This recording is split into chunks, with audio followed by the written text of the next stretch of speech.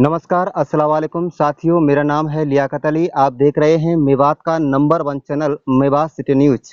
आज हम पहुंचे हैं पल्ला गांव, आप तस्वीरों में देख सकते हैं। और इस पल्ला गांव के पास में एक पहाड़ी है और इस पहाड़ी के ऊपर एक किला बना हुआ है।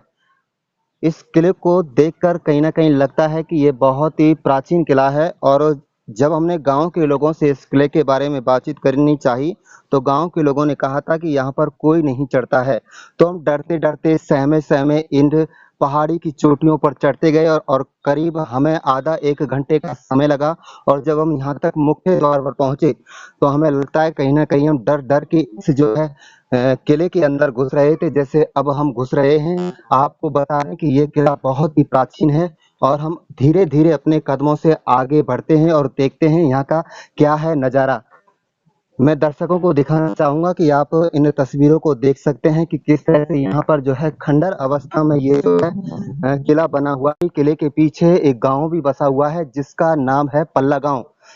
ये पहाड़ी बहुत ऊंचाई पर है। अब यहाँ पर हम बड़ी मुश्किल से चढ़े हैं और डरते-डरते चढ़े हैं। बताया जाता है कि यहाँ पे कुछ जंगली जानवर और चीते वगैरह यहाँ पे रहा रहा करते थे।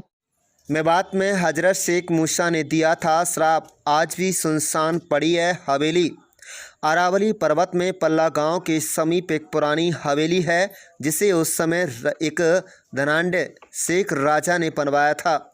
इस हवेली के समीप हजरत शेख मूसा की दरगाह है। पल्ला गांव के लोगों के मुताबिक हजरत शेख मूसा ने इस राजा को इसलिए श्राप दिया था कि उसने अपनी महल हवेली के शौचालय का मुंह उनकी मजार की तरफ कर दिया था। और राजा के सपने में आकर हजरत शेख मूसा ने ऐसा नहीं करने के लिए कहा था, लेकिन राजा जिद्दी किस्म का था, जिसके चलते हजरत शेख मूसा ने श्राप दिया कि अगर जिद नहीं छोड़ी तो उसका वंश कभी भी आगे नहीं चलेगा। उसी श्राप की वजह से 4 चौक वाली यह विशाल हवेली आज भी सुनसान पड़ी है। ग्रामीणों के मुताबिक उस समय शेख बहुत अमीर था और इसलिए वह किसी की भी नहीं सुनता था। और पुराने ज़माने में अरावली पर्वत के समीप पल्ला गांव की पहाड़ी में यह हवेली बनाई गई थी, जिसमें अंदर 4 चाक चौगन था। अब इस हवेली का वजूद मिटता जा रहा है। देश की आज़ादी के समय से ही यह हवेली सूनी पड़ी हुई है। लोग अब इस हवेली में जाने से भी डरते हैं। बता दें, कई प्रकार के जीव जंतु इस हवेली में होने की खबर के अलावा भूत प्रेत का साया भी इंसानों की डर की वजह से बना हुआ है। पल्ला गाँव के लोग इसे किसी राजा की या महल बताते हैं। तो इसे इतिहासकार सिद्दीक अहमद मेव के मुताबिक ये आज़ादी के समय कुछ समय पहले एक धनाढ़ शेख ने बनवाई थी। हाँ, इतना ज़रूर है कि उन्होंने अपने शौचालय हजरत शेख मूसा की दरगाह की तरफ मुँह करके बनवाए थे। उन्होंने कहा है कि हजरत शेख मूसा की दरगाह का इतिहास इस हवेली से सैकड़ों साल पहले का है। हजरत शेख निजामुद्दीन औलिया के भांजे थे। कुल मिलाकर आज़ादी से पहले इस हवेली का निर्माण किया गया था, लेकिन आज़ादी के बाद से आज तक ये वीरान पड़ी हुई है। पुरातत्वविभाग ने इस आलीशान इमारत की तरफ कोई ध्यान नहीं दिया। पहाड़ में बकरी, गाय, भैंस इत्यादि पशु चराने वाले ग्वालिया जरूर इस पुरानी हवेली में या इसके आसपास घूमते हुए दिखाई देते हैं, लेकिन आम आदमी इस पुरानी हवेली में जाने से भी कतराता है। कुल मिलाकर हजरत शेख मूसा की ऐतिहासिक मजार के समीप होने तथा राजा के जिद्दी होने की वजह से इस आलीशान भवन में आज तक कोई नहीं ठहर पाया। हजरत शेख मूसा का श्राप आज तक भी इस आलीशान भवन पर दिखाई देता है। शायद यही वजह है कि यहाँ रहने की कोई हिम्मत नहीं जुटा पाता। यह किवंदगी है कि यह किसी राजा का महल था या फिर यह किसी अमीर शेख की हवेली थी।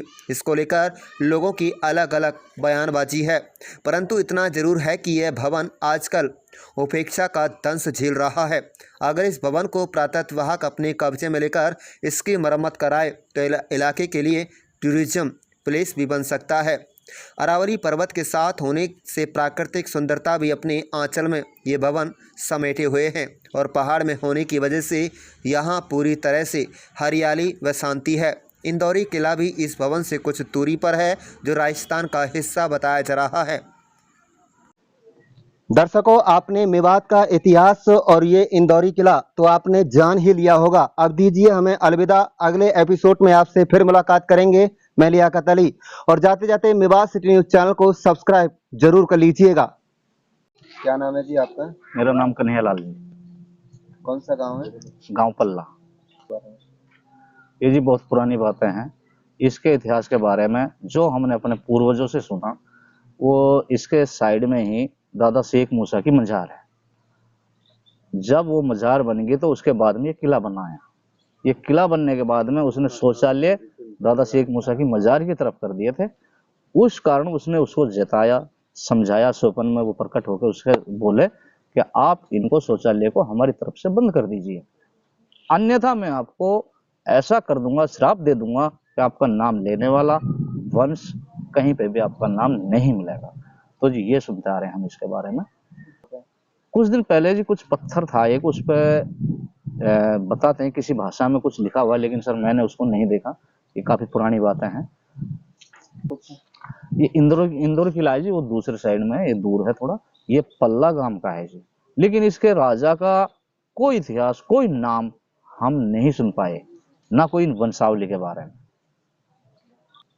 यहाँ पे जी बस यही सुनता आ रहे हैं। मैंने अपने दादा थे मेरे 93 में, उनके 92 में मृत्यु हुई थी, तो मैं बहुत जागरूक था इस बारे में, भाई थोड़ी जानकारी मिले, दादा कैसा था, ये क्या बात है, ये किस राजा का किला है। तो वो उन्होंने बस यही बताया कि बेटा इसमें सोने और चांदी राजा के लिए महल में चढ़ते थे, भैंसा बुग्गी के वाहन द्वारा।